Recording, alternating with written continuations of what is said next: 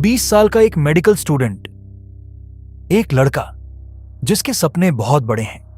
हर दिन वह अपने आसपास के सभी लोगों से ज्यादा मेहनत से पढ़ाई करता है, क्योंकि उसका सपना है कि एक दिन वह एक डॉक्टर बने। लेकिन किताबों के पीछे, इस मेहनत के पीछे एक ऐसी चीज छिपी है जो ज्यादातर लोग नहीं देख पाते। अकेलापन, अपने दोस्तों के लिए, अपने क्लासमेट्स के लिए और यहां तक कि अपने परिवार के लिए भी आरुष खुद को अदृश्य महसूस करता है। इसलिए नहीं कि लोग उसे देखते नहीं, बल्कि इसलिए क्योंकि कोई उसे सच में नोटिस ही नहीं करता। वह वही लड़का है जिसे लोग सिर्फ तब याद करते हैं जब उन्हें पढ़ाई में मदद चाहिए होती है। वह वही है जिसे लोग प्लान बनाते समय भूल जाते हैं।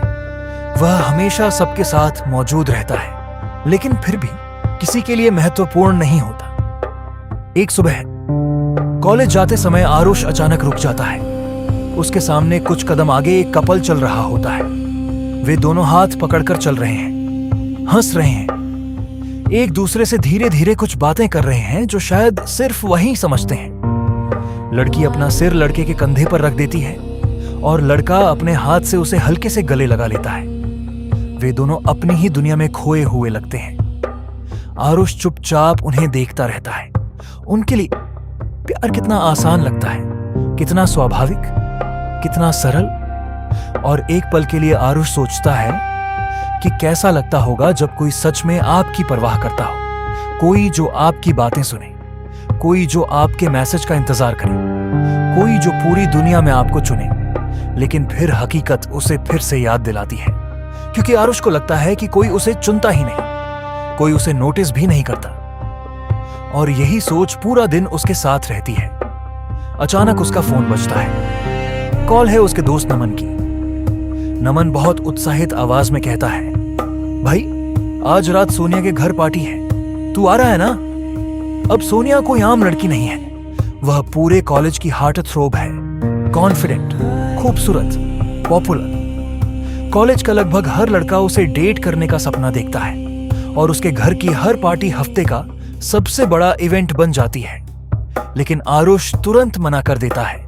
उसे पार्टियां पसंद नहीं है, क्योंकि हर बार जब वह किसी पार्टी में जाता है, वह किसी कोने में अकेला खड़ा रह जाता है और बाकी लोग मस्ती करते रहते हैं। कुछ लोग फुसफुसाते हैं, कुछ लोग हंसते हैं, कुछ लोग तो यह भी कहते हैं कि वह सिर्फ फ्री खाना खाने आता है। और यह अपमान लोग जितना समझते हैं उससे कहीं ज्यादा दर्द देता है। इसीलिए आरुष ज्यादातर अपने कमरे में रहना पसंद करता है, पढ़ाई करना, क्योंकि मेडिसिन ही एक ऐसी चीज है जिसने उसे कभी रिजेक्ट नहीं किया। लेकिन किसी तरह बहुत मनाने के बाद वह मान जाता है। और उस रात आरुष खुद को सोनिया के घर के बाहर खड़ा पाता है। पार्टी म्यूजिक और लोगों की आवाजें। जैसे ही आरुष और नमन अंदर जाते हैं, माहौल थोड़ा बदल जाता है। पार्टी रुकती नहीं है, लेकिन लोग घूरने लगते हैं। कुछ लोग फुसफुसाते हैं, कुछ धीरे धीरे हंसते हैं और कुछ लोग तो खुलेआम उसके कपड़ों का मजाक उड़ाते हैं। उसकी साधारण शर्ट, उसके पुराने जूते, उसका झिझकता हुआ अंदाज, उनके लिए आरुष ऐसा लगता है जैसे वह उस जगह का हिस्सा ही नहीं है। आरुष हर नजर महसूस कर सकता है, हर फुसफुसाहट, हर हंसी, और उसे तुरंत शर्मिंदगी महसूस होती है। वह नमन की तरफ मुड़कर धीरे से कहता है, चल घर चलते हैं। लेकिन जैसे ही वे दरवाजे की तरफ बढ़ते हैं, एक आवाज उन्हें रोकती है। आरुष, यह सोनिया है। पूरा कमरा अचानक शांत हो जाता है, क्योंकि जब सोनिया बोलती है, लोग सुनते हैं। वह आरुष की तरफ चलकर आती है, फिर कमरे में चारों तरफ देखती है और वह कुछ ऐसा कहती है जिसकी किसी को उम्मीद नहीं थी। वह सबको डांटती है, कहती है कि बच्चों की तरह बर्ताव करना बंद करो, हंसना बंद करो, थोड़ा सम्मान दिखाओ। पूरा कमरा चुप हो जाता है, कोई कुछ नहीं बोलता। और उस रात पहली बार आरुष को ऐसा नहीं लगता कि वह मजाक का हिस्सा है।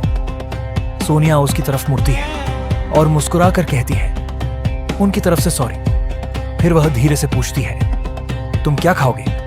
आरुष थोड़ा घबरा जाता है, असहज महसूस करता है, जैसे शब्द ही नहीं निकल रहे। कुछ नहीं, वह धीरे से कहता है, बस ऑरेंज जूस।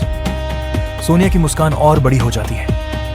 परफेक्ट, वह कहती है, मुझे भी ऑरेंज जूस बहुत पसंद है, चलो साथ में पीते हैं। अगले कुछ मिनट वे दोनों साथ खड़े रहते हैं, ऑरेंज जूस पीते हुए, छोटी छोटी बातें करते हुए। कुछ खास नहीं, कुछ नाटकीय नहीं, लेकिन आरुष के लिए कुछ अलग महसूस होता है। बहुत समय बाद कोई उससे बात कर रहा है, मजबूरी में नहीं बल्कि अपनी मर्जी से, और उस पल उसके दिल का अकेलापन थोड़ा सा शांत हो जाता है। ड्रिंक खत्म होने के बाद आरुष उसे धन्यवाद कहता है, लेकिन वह अभी भी थोड़ा असहज है। सोनिया फिर पूछती है, और कुछ चाहिए?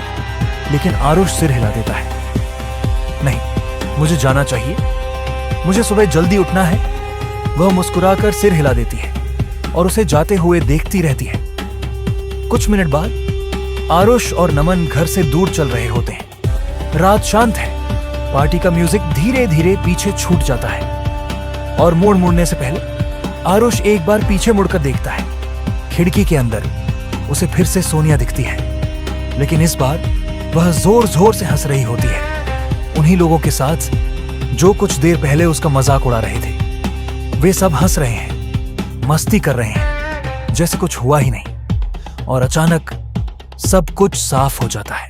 जो अपनापन उसने महसूस किया था, जो पल उसे लगा था कि कोई उसे समझता है, जो उम्मीद उसके अंदर जगी थी, वह सब खत्म हो जाता है। क्योंकि अब आरुष समझ जाता है, शायद सोनिया अलग नहीं थी, शायद वह बस शिष्टाचार निभा रही थी, शायद वह पल सिर्फ उसी के लिए मायने रखता था। आरुष मुड़ जाता है और रात में आगे चलता जाता है, पहले से भी ज्यादा अकेला।